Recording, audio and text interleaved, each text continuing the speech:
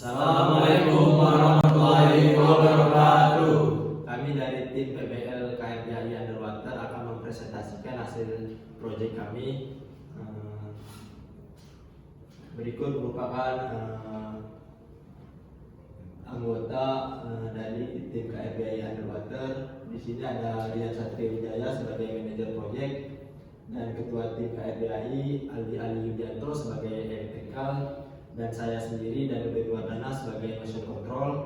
Selanjutnya ada Adifta Justiano sebagai mekanikal, dan selanjutnya ada Alif Maulana sebagai mekanikal, dan selanjutnya saya Dimas Prayoga sebagai vision. Selanjutnya ada Gepin Armstrong Sinaga sebagai localization. Selanjutnya saya Randy Abdul Rizaldi sebagai organization. Selanjutnya saya Aditya Omar Diansyah sebagai electrical. Selanjutnya ada Anissa Nur Aziza sebagai team manager. Selanjutnya saya Rizky Sultan sebagai website. Nah, berikut merupakan desain dari proyek kami, yaitu robot underwater. Berikut merupakan spesifikasi dari proyek kami, dari robot kami. Mungkin bisa dijelaskan oleh Rizky Yosefa.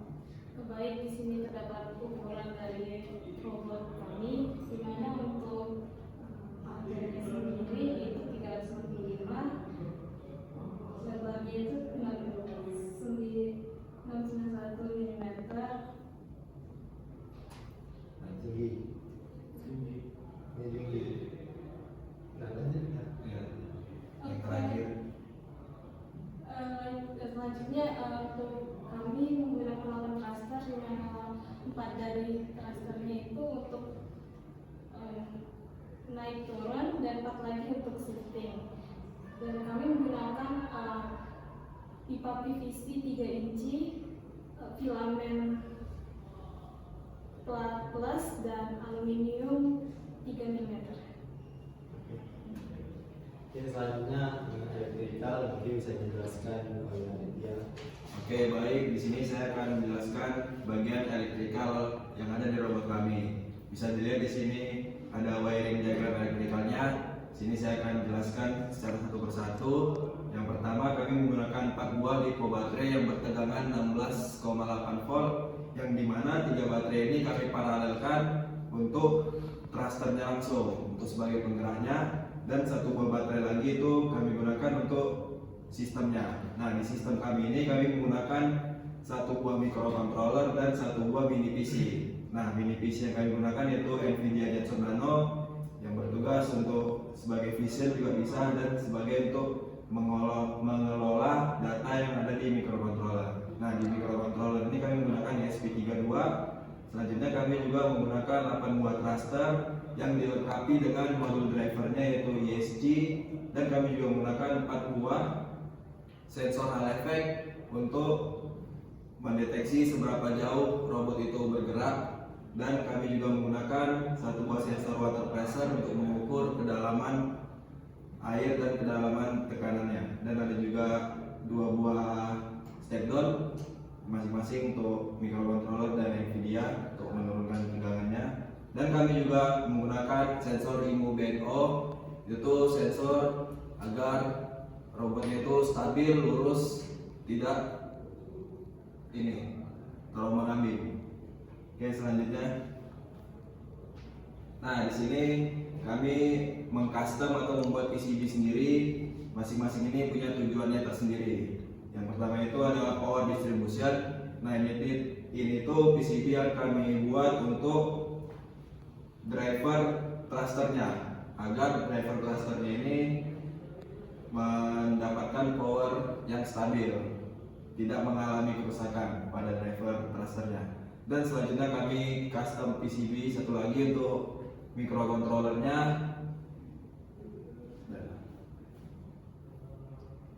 Oke, mungkin lanjut ke localization. Jadi untuk robot kami, untuk sistem lokalisasi kita menggunakan ETC ataupun encoder thruster controller. Ini merupakan sebuah riset yang kami lakukan. Jadi ini merupakan original ide dari kami untuk kita mendapatkan seberapa jauh robot itu berjalan di dalam air gitu.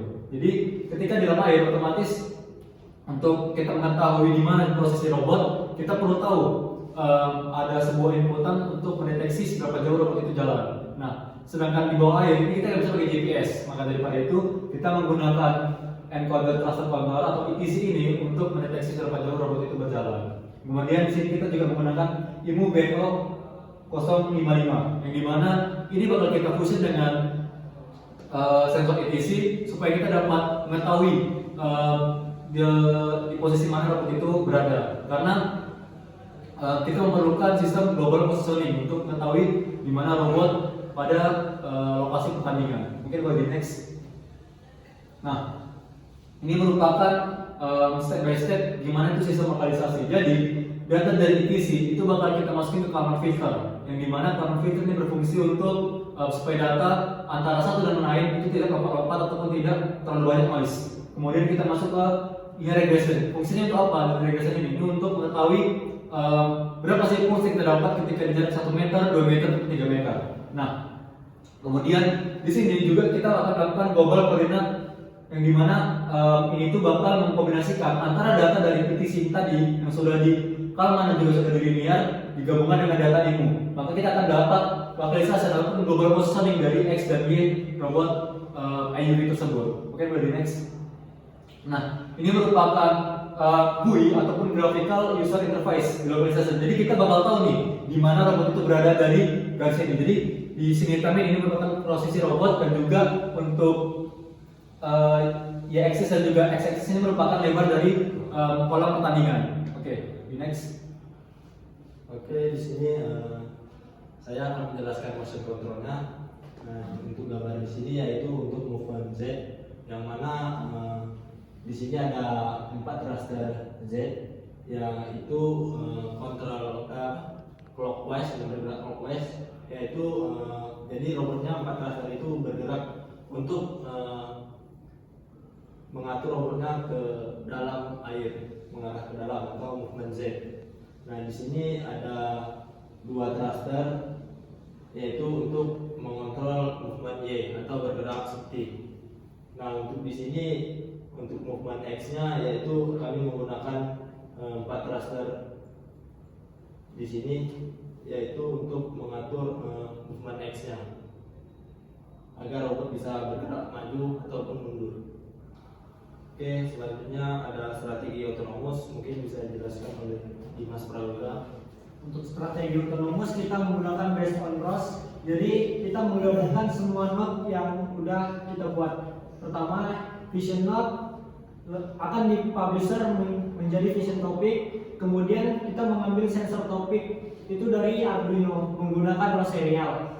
Kemudian sensor topik akan didistribusikan ke autonomous dan vision juga ke autonomous. Lalu datanya diolah di autonomous node, kemudian dikembalikan lagi datanya untuk menggerakkan motion.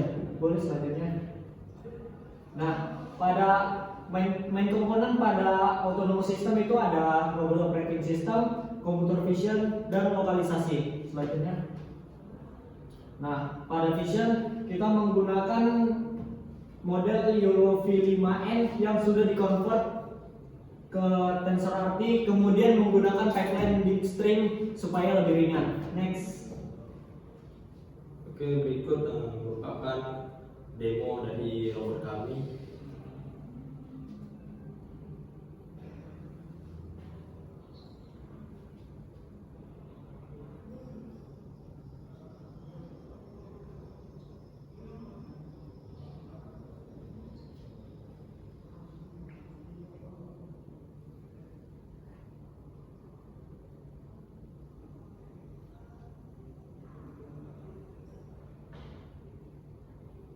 Oke, sekian presentasi dari tim PBL project kami yaitu KRBI Underwater. Mungkin kami tutup. Wassalamualaikum warahmatullahi wabarakatuh.